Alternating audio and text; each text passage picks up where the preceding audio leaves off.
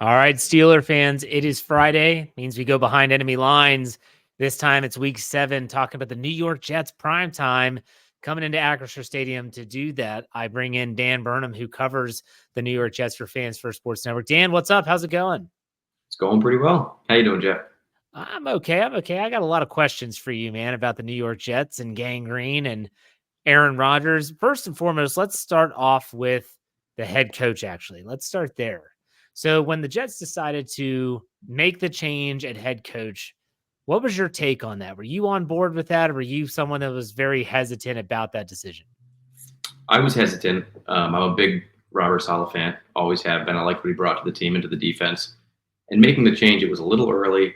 The Jets were playing a Monday night game to potentially take first place in the division, and they switched to his defensive coordinator disciple, which to me felt like a bit of a knee-jerk reaction, possibly by the owner. A little bit of listening to the fans who are demanding change, and we got to win now.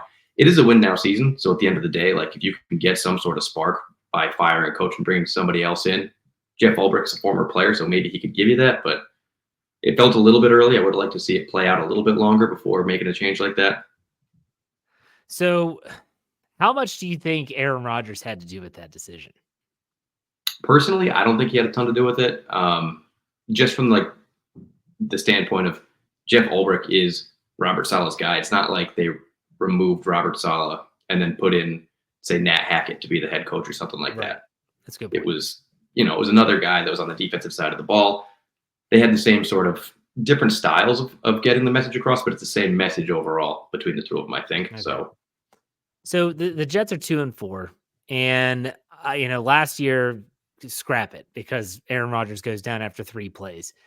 What has been the takeaway from Aaron Rodgers so far this season with only winning 2 games? The season's not over. They're still very much alive.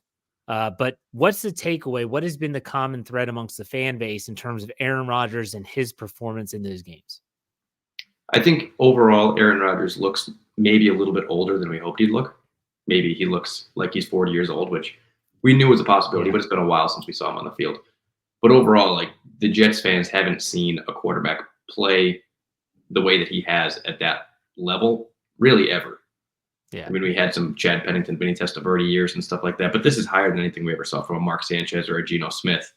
I mean, he's commanding the offense. He gets the ball downfield. 3rd and 15s feel like we might be able to actually pick him up.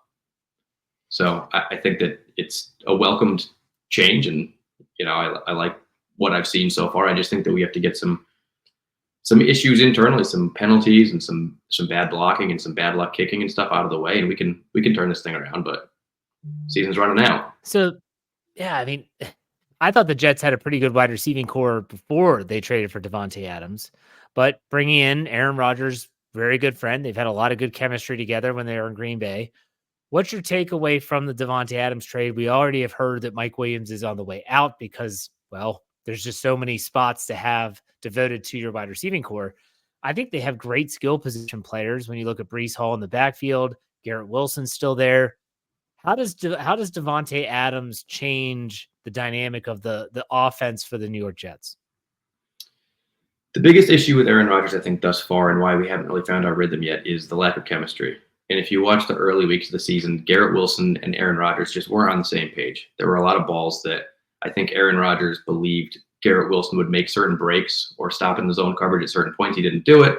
Aaron Rodgers thought he would. That's on both of them. One, Aaron Rodgers thinking Garrett's going to do that. But then 2, Garrett Wilson not finding those spots. I think that instantly Devante Adams is going to bring that and have that chemistry with Aaron Rodgers. I mean, you've seen Alan Lazard go from almost an unrosterable player, it seemed like last year, to a guy who's top of the leaderboard. He's like top 20 in yards, top 12. I think he's tied for the most touchdowns in the league just because of the chemistry he brings with Rodgers. So now all of a sudden you take somebody like that that's a much, much higher level and skill set. I think that we're going to see an impact instantly. And I think that Aaron Rodgers will force the ball to Devante Adams to make sure that we see that instantly as well. Well, I want to talk about Breece Hall for a second because I think he's kind of the forgotten guy in all this because Aaron Rodgers wants to chuck the ball around the yard. He's a quarterback who doesn't. And Breece Hall, I mean, a lot of people had very high expectations for him. Has he lived up to those expectations this year, or are the Jets just not devoting enough time and energy to the run? The issue to me is the offensive line right now. We switched Okay. away from a wide zone scheme last year that was really good for Brees Hall. This year, if you watch, our interior offensive linemen aren't as good on like a run gap scheme. They're not road graders. They're not big hog mollies. They're more like finesse footwork guys. And if you watch a lot of the highlights, they're getting pushed back on run plays where they should be pushing forward. And Brees Hall is getting no opportunities before contact. Yeah. He's one of those guys that doesn't break a ton of tackles. He's one of the guys that once you get him in the open field, he's got acceleration and moves to score a touchdown from anywhere once he gets moving. I think that's why a lot of fans right now like the backup running back Braylon Allen, because he's a dude that can create yardage after contact and can put his shoulder down and fall forward. So it seems like he's more productive, but in reality, it comes down to the offensive line and their inability right now. All right, last question about the offense before we switch gears and go to the defense, and it is about the offensive line. The Steelers are going to want to pressure Aaron Rodgers. Aaron Rodgers still has mobility, not nearly as much as he used to. Like you said earlier, he's a 40-year-old man now, and that changes as you get older. How's the offensive line holding up in terms of pressure on Rodgers? We've seen him take some shots. We've seen him get up limping. He's taken some hits. We'll put it that way. In the Steelers with T.J. Watt, Cam Hayward, they are hoping that Alex Highsmith will be back this week, in which case you would give another bookend to T.J. Watt. What's the offensive line look like from pass pro? The pass pro has been, it's not as good as we want it to be. On paper, the Jets have what looks like it could be one of the best offensive lines in the league. But when you watch the game, guys like Tyron Smith, a future Hall of Famer, he struggles from time to time. And it's not like last year we had guys like Mekhi Becton who looked lost on every play. Tyron Smith doesn't look lost on every play, but it doesn't look like a huge value add. And he has like 1 to 2 lapses a game where he just lets a guy by him. And I think that, we're going to have to put a lot of emphasis on TJ Watt. If Highsmith plays, your defensive line is very aggressive and very quick to get to the quarterback. We'll struggle on a few plays. Aaron Rodgers also is known to be a little greedy and stand back there sometimes when he really wants those big pickups and he's looking for it. So he's going to have to be mindful, specifically on his blind side. I expect him to get hit a few times, but they should try to get the ball out as quickly as possible against that Steelers defense. And that's going to have to be the MO, because the teams that have beaten the Steelers this year, Joe Flacco-led Colts team, the Dallas Cowboys, they spread them out and they try to get the ball out of the hit quarterback's hands before the pass rush could get to him. The Steelers do not like to blitz a lot. This is not the Blitzburg defense of the 1990s, mid-90s, where they just sent the house. They want to get home with their front and let the coverage do their thing in the back. So we'll see how that goes. Let's switch gears, though, to I'm more impressed with the Jets' defense than anything else. They've been phenomenal. They're top 2. I think they're the second best team in terms of yards per game surrendered. They're the second best rush defense in the game. I'm sorry. I think it's their second best pass. I think it's their pass defense that is second. And then I think their rush defense is a little bit sagging, but still not bad. What's been the biggest takeaway from the Jets defense this year? So we trust our guys in the back end. Safeties are a little sketchy from time to time, but we don't give up big plays. We got really fast linebackers that can get to the ball. The issue right now is, aside from penalties, which have been a huge issue right now, the issue is the run stopping hasn't been great. Quinn Williams looks, I don't know if he's hurt or not, but he's not getting the same power up front as he used to get. He's getting pushed back rather than pushing double teams forward. So that's been an issue. And the Jets defense doesn't create takeaways. And we've got 2 interceptions on the season, both by a backup cornerback. And aside from that, we've got some forced fumbles. Quincy Williams is good for punching the ball out here and there, but we're a team that really creates a lot of turnovers. And that's something that has impacted us negatively a little bit. But overall, the unit, you'll have some good drives against the Jets. It's a bend, don't break style defense, which is no big plays. We're going to make you get down the field in 15 plays. Hope that we can put you in a 3rd and long and get the pass rushers after you in the same sort of way that the Steelers do it, is ascend forward and keep guys back on the back end. Yeah, I was shocked when I looked up the turnovers, like takeaways, and I was like, man, they've only gotten a couple takeaways this entire season. You kind of alluded to it, but what exactly is it about the Jets defense that is so stout in some areas, but they just don't seem to be as opportunistic when it comes to taking the football away? Is it just because the opportunities haven't been there, or is there something else to it?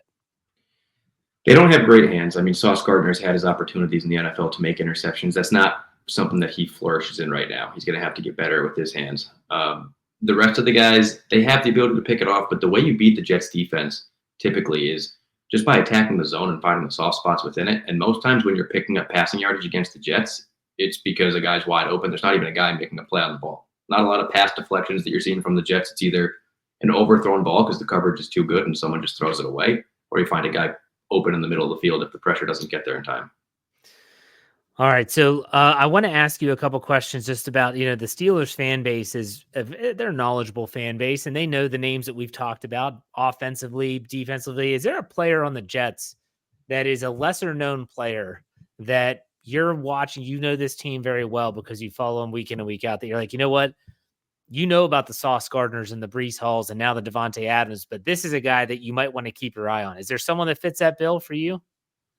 Yeah, I'd say one of the first things is Will McDonald on the edge. He was a first-round pick last year that we got instead of we weren't able to get Broderick Jones, so we got Will McDonald, and he's been good. He's got six and a half sacks this year, which is like third, fourth most in the league. So he's doing pretty well on that front.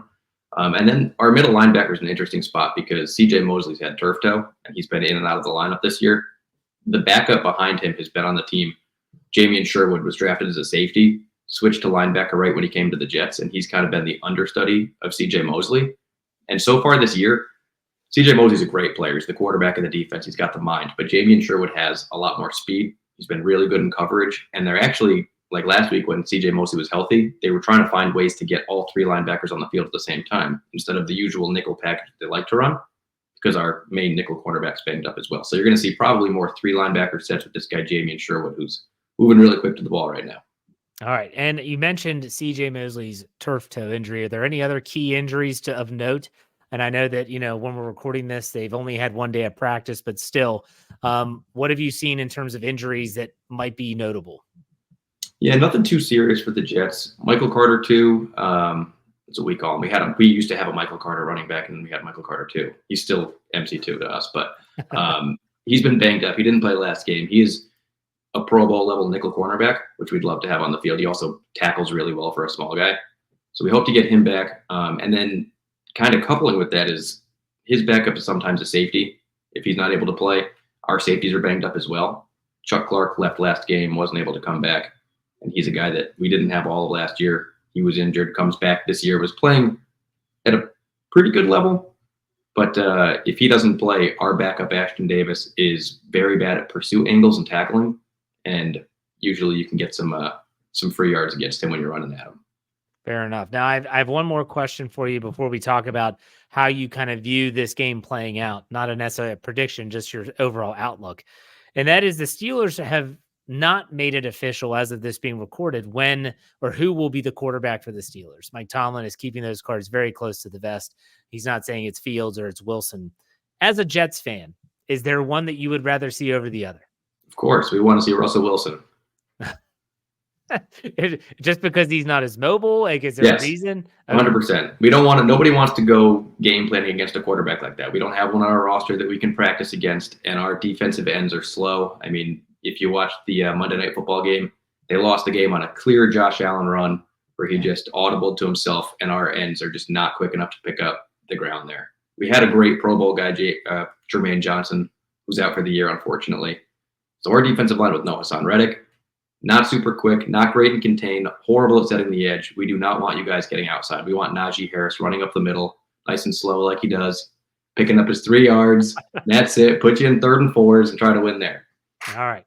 So the spread currently is the Steelers are actually getting 1.5 at home in prime time with an over-under at 38. Now, this could change since, we're recording this earlier in the week. But again, I don't need a score prediction. But when you think about these two teams, offense, defense, two very good defenses, what do you see happening at Acrisure Stadium on Sunday night? I think the Jets' offense has been good, but I think they make a lot of mistakes. So the chance of the Jets, we don't put up 30, 35, 40-point games. I think it can come, but I don't think it comes against the Steelers. So I would say that we probably are in the, low 20s to high teens against the Steelers, even if we play a decent offensive game, just because your defense is that good. And there's going to be a few drives that end just because a big play by your defensive line or your secondary. I think on the other side of the ball, the Steelers don't light up the scoreboard. They're not barn burners themselves. No. The big playability on your team is limited. I don't know if Jalen Warren's supposed to play. He is. He is supposed to play, so that helps you guys a lot because, you run with Najee Harris. I wasn't trying to make fun. Yeah, I think he's a good back, but he's not one to just, big gashing runs all the time. Correct. Yeah. He likes to go into his blockers and stuff and try to power forward. So if we can keep it to that type of game, I think you're looking at a low scoring game. The 38 is low, but that I still might take the under, honestly. We'll see what the weather looks like. If there's any weather, it's definitely the under. Yeah, I thought for sure it was going to be around 36. I was shocked when I saw 38 because I could see this being a very low scoring affair, but with these two defenses in Pittsburgh, but it'll be fun. Dan, I want to give you an opportunity to plug social media handles. Anything else that you want? Go ahead and do that now. Yeah, you can follow me at Jets_Dan. I post, very emotionally as things are happening. So if you're interested in that sort of stuff, and I'm looking forward to this game. This is a very important game for the Jets. I know it is for the Steelers, but at 2-4, we can't really afford to lose very many more games. So we got to beat the Steelers. Absolutely. All right, Dan. Well, I thank you for your time, man. Enjoy the game, and we'll be in touch. Take it easy. Thank you, Jeff. Sounds good.